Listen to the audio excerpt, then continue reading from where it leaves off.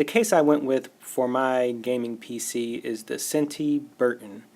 And I went with this case because it's cool looking, it's aggressive looking, and it's sleek. And I wanted something that's as cool looking as a PS3 or a PS4, since my PS3 broke and I didn't want to buy a PS4. I got the color blue.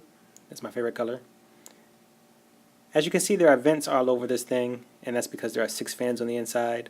On the back, you can see one of the fans, and you can see the holes for liquid cooling.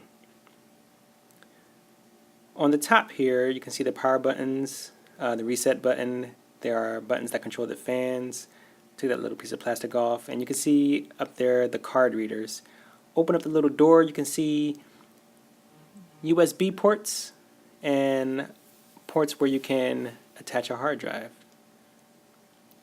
Opening up the side case, you can see the optical drive area, the hard drive area, and you can take the hard drive carriage out. There's a term for that little carriage thing. I bet you know what it is, though. And open up the fan door for the video card, and you can see how it looks on the inside. That's one of the fans in the front. 3 more fans, the video card fans, and one in the back. And we have 2 fans at the top of the case. Looking at the back, you can see that there's a panel there to hide the cables. And if we take off that other side panel, you can see that you can do some cable management on that side of it so that your cables aren't all in the middle of the case.